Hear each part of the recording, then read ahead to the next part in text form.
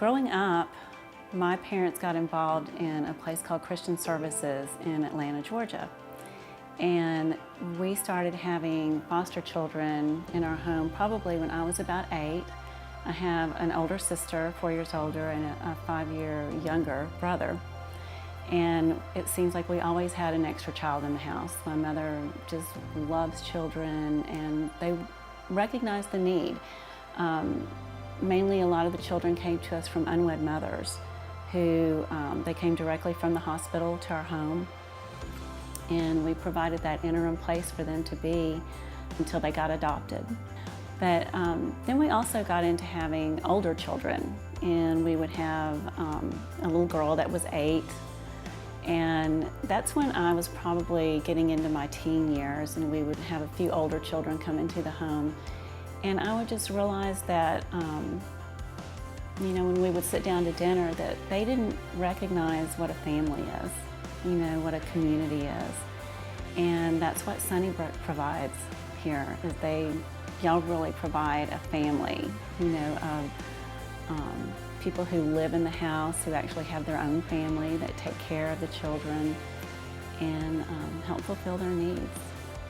I noticed when the girls were here doing the yoga with me that morning that some of them actually said that they had done it before. One girl said that she had done yoga with her mother, and she sat on the front row and was just very involved and very into it, and I could tell that she really wanted to learn. When we first got together and started going through the poses, they're challenging for people, and I think that these girls face challenges in their everyday life, not just with a yoga pose, but just in, you know, trying to figure out where their next step is in life.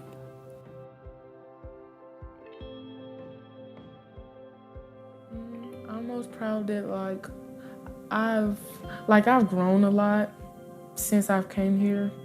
Because at first I used to be kind of shy towards everybody. I didn't like talking to the staff or anything.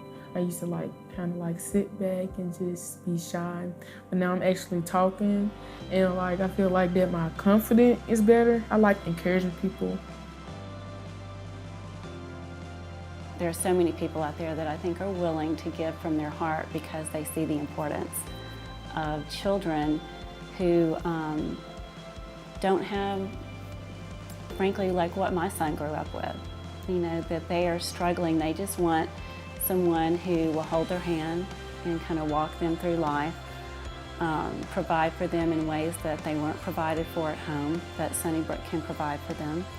And I think they just want to be loved, and so I think that comes from keeping Sunnybrook going, you know, a viable place that can sustain a good life for these children.